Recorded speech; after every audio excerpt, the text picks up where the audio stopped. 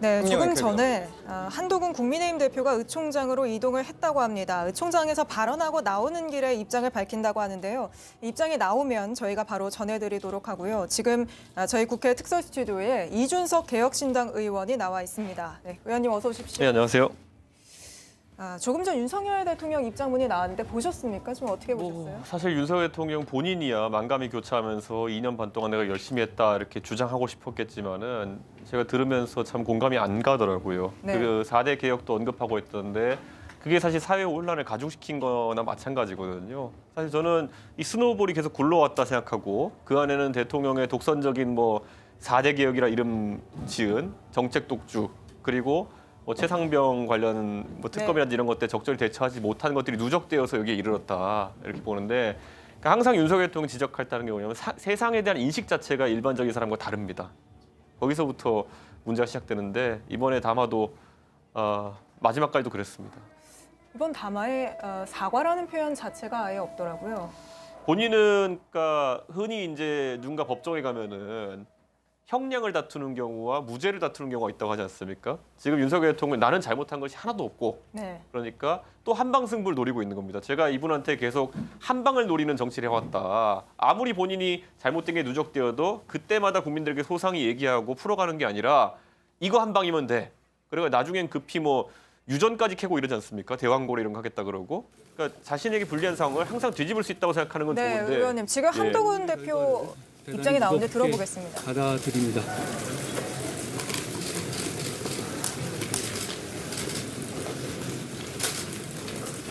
집권 여당의 대표로서 국민과 함께 잘못을 바로잡고 헌법과 민주주의를 지키겠다는 말씀을 드립니다.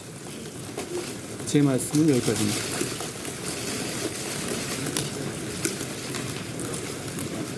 헤럴드 경제 계속 기다린다. 그럼 혹시 사퇴 여부에 대해서는 일단 따로 저는 직무를 수행할 것이라는 말씀을 드립니다. 오늘 찬성이 12표가 나왔지만 반대도 85표가 나왔는데요. 그 반대표가 상대적으로 많이 나온 거에 대해서 어떻게 보시는지. 의원들이 판단이시니까요. 대단히 대통령을 배출한 당으로서 굉장히 어려운 결정이지 않았겠습니까? 그런 점을 이해하고 각각의 판단이었다라고 생각합니다. 그 탄핵 종료를 한 거에 가결 종료에 대해서는 좀 후회하지는 않습니다. 저는 대통령에 대한 직무정지가 시급히 필요한 상황이었다고 판단했습니다. 그 과정에서 나라와 국민만 생각했다라는 말씀을 드립니다. 후회하지 않습니다.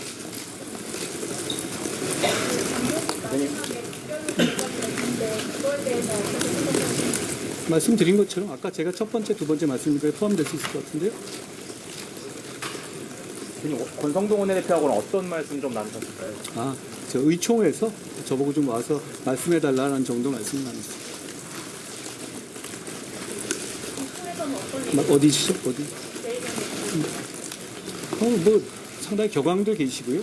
지금 여러 가지 지적들이 나왔고, 저에 대해서 책임을 지고 사퇴하라 이런 얘기들 많이 하시네요. 다만 저는 지금 이 심각한 불법 계엄 사태를 어떻게든 국민에 대한 피해를 최소화하면서 정리하기 위해서 노력해 왔습니다. 그렇기 때문에 조기 사퇴를 비롯한 질서 있는 퇴진 방안도 심도 있게 검토했고요. 그런데 그것이 대통령이 약속을 지키지 않음으로써 무산됐죠. 그렇다면 지금 상황에서 대통령의 직무를 조속히 정지시키고 상황을 정상으로 빨리 되돌리기 위해서는 탄핵의 가결이 불가피하다라고 생각했습니다. 그래서 결국 이런 결과가 나온 것이기 때문에 저는 제가 할 일을 다 한 것이다 라고 생각합니다. 어디시죠? 안녕하세요.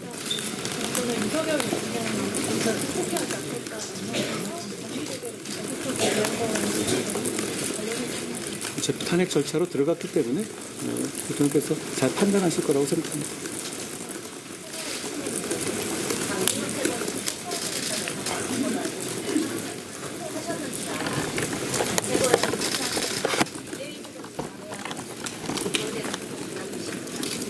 저는 사전에는 알지 못했고요. 개인이 또 여러 가지 고민하고 판단하시는 거 아닐까 하고 생각합니다. 비대위 체제에 전환 가능성에 대해서는 그 방금 탄핵 결정이 나오고 여러 가지 굉장히 혼란스러운 상황이 있을 테니까요. 시간을 좀 두고 보시죠. MBC 의원님 안녕하세요. 반대가 85표 나온 상황에서 가결이 됐는데 앞으로 어떻게 당을 갖다가 수습할 계획이신지 부탁드리겠습니다. 아까 말씀드린 것처럼 우리 당이 배출한 대통령에 대한 탄핵을 결정하는 것은 여러 가지로 굉장히 힘든 일일 겁니다. 우리 당의 당원들이나 의원들이나 그리고 저도 마찬가지고요. 그렇지만 우리 당은 민주주의 정당이고 헌법을 수호하는 정당입니다. 그런 차원에서 임무를 다해야 한다고 생각합니다. 그 임무를 다하기 위해서 추스려 나가야 한다라는 생각을 합니다.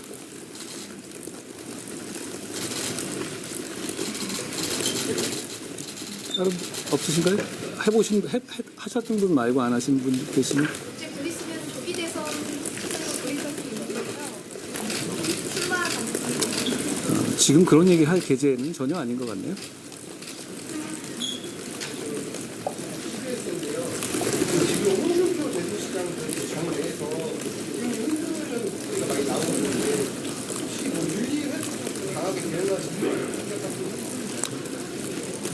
지금 이 우리가 배출한 우리 당이 배출한 대통령에 관한 탄핵에 이르는 상황들은 많은 사람들, 특히 우리 당에 소속된 분들이 혼란스럽고 굉장히 마음 아플 일입니다. 그런 점을 제가 충분히 고려하겠다는 말씀을 드립니다.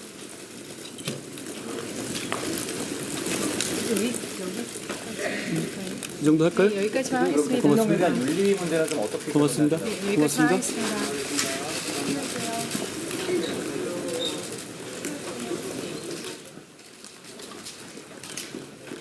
네, 지금 한동훈 국민의힘 대표 입장을 들으셨습니다. 좀 어떻게 들으셨어요, 의원님?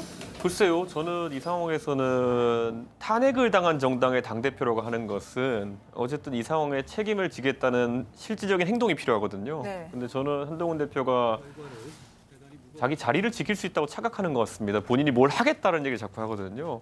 지금 한동훈 대표의 정치 입문 뒤의 성적을 열거해 보면은 결국에는 화려하게 네. 윤석열 대통령에 의해서 법무부 장관, 비대위원장 발탁돼가지고 이것저것 해보려고 얼마나 많은 기회를 받았습니까? 그런데 결국에는 총선은 시원하게 지고 그 다음에 결국 탄핵까지 이르게 됐는데 본인은 어떤 다른 정책 행보를 주장한다? 굉장히 안 좋은 모습으로 비춰질 겁니다. 지금 한동훈 대표 스스로 밝혔지만 의원총회 안에서 저에게 사퇴하라 이런 얘기가 나왔다고 합니다. 예. 의원총회장 분위기가 굉장히 안 좋았다고 하는데 혹시 들으신 거 있으십니까? 그러니까 이게 아무리 국민의힘이 지금 위기 상황에 있다 하더라도 한동훈 대표가 지금 리더십을 본인이 발휘해서 이 위기를 돌파하려고 나에게 힘을 실어줘라고 할 어떤 실적과 그런 능력치도 보여준 적이 없어요. 근데 이 상황에서도 그걸 하겠다고 하니 거기다 우리가 냉정하게 말하면은 이번에 기각이 나올 확률이 없습니다. 탄핵에서. 그러면은 대선이 몇 달 뒤에 치러진다는 얘기인데 네. 저분이 진짜 대선의 의지를 갖고 있는 상태라면은 누가 해달라 그래도 지금 대선 준비에 들어가야 되는 거거든요. 그 말은 당대표에서 물러나는 것인데 오히려 발상이 좀 다른 것 같아요. 지금 내가 당대표도 어떻게든 뭉개면서 가져가고 그 다음 행보도 하고 싶다 이런 걸 보인 거기 때문에 저 의지를 밝히면서 또다시 한번 실기하고 또 한 1시간 뒤부터 욕먹기 시작할 겁니다. 직무를 수행하겠다 이렇게 밝혔는데 지금 장동혁 최고위원이 뭐 사퇴하겠다는 소식이 들려오기 때문에 이렇게 되면 바로 비대위 체제로 갈 수 있는 거 아닌가요? 그렇죠. 그런데 아마 한동훈 대표는 오늘 그 탄핵안 가결 숫자를 보고 네. 또 약간 의기소침해졌을 겁니다.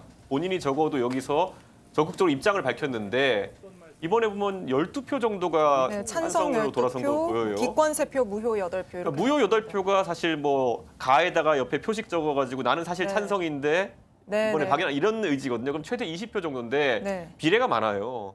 그러면 여기서 박력 있게 나가가지고 내가 뭐 창당을 한다든지 이런 다음 스텝을 할 수가 없기 때문에 야 어쩔 수 없이 여기서 뭉개면서 버텨야겠구나라는 생각을 하는 것 같거든요. 근데 이거야말로 박력 없는 모습으로 비춰질 가능성이 높습니다. 지금. 네, 알겠습니다.